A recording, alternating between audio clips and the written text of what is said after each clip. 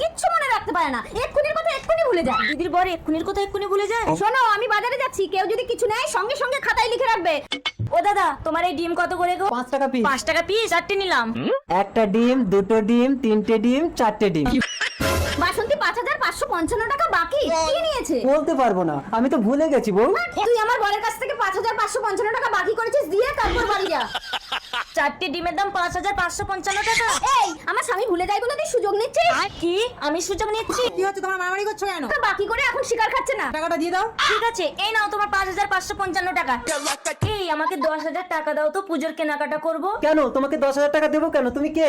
ওই দেখো, ভুলে গেলে? আমি তো তোমার বউ। ও, তুমি আমার বউ?